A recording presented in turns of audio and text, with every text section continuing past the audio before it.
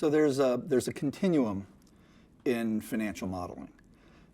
If you think about it, it goes all the way kind of back to to developing financial statements. Financial statements are collections of data, credits and debits and transactions, all the way down to the transactional level. And a financial statement kind of rolls all that up into some sort of readable view. This is what happened last quarter. This is what happened last year. And there's software for that, and it's pretty good software. There's also the need for what we call business intelligence, or BI. BI is about taking large piles of data and pivoting it and slicing it and dicing and trying to wring information out of big piles of data. How many red sports cars did I sell in Ohio in March? Those kinds of questions. And you can extrapolate what that means for the future if you're smart enough.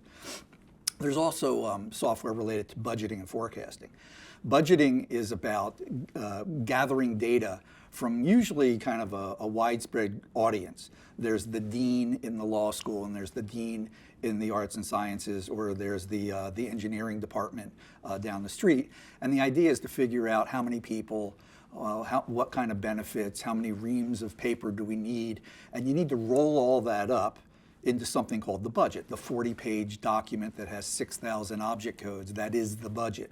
And that's an important exercise, by the way. You want to know whether or not you can pay the grocery bill next year. There's also kind of an extension of that budget, where you take line items out of the budget and you extend them for a year or so, usually with relatively simple formulaic sort of projections. Let's grow this line item at 2%. No, let's grow that line item at 3%. That's what we characterize as forecasting. Relatively simple view of the future. The key is to understand that all of those are very data-centric. It's about numbers. It's about values. It's about capturing them, rolling them up, pivoting them, and extracting information, but generally for a short period of time, and all about the data. And there's great software for that. We're about looking into the future. And since the future hasn't happened, there is no data. There can be assumptions, but there's no data. So what we're about is trying to figure out which formula, how shall we construct the formulas to relate the assumptions, not data, to project the future. That's a very different kettle of fish. In the former, you need a relational database, something that manages numbers. In the future, you need something that can manage formulas.